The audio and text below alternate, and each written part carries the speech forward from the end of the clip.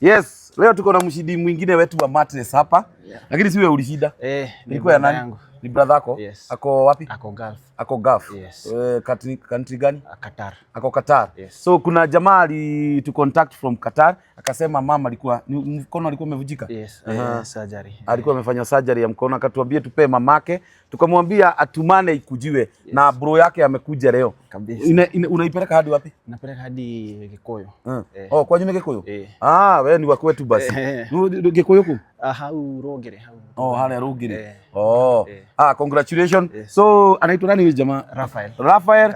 Mattress yako tumepeana, brother yako ameikujia na mama pone haraka kabisa. So hizo zingine tunaenda tukipeana.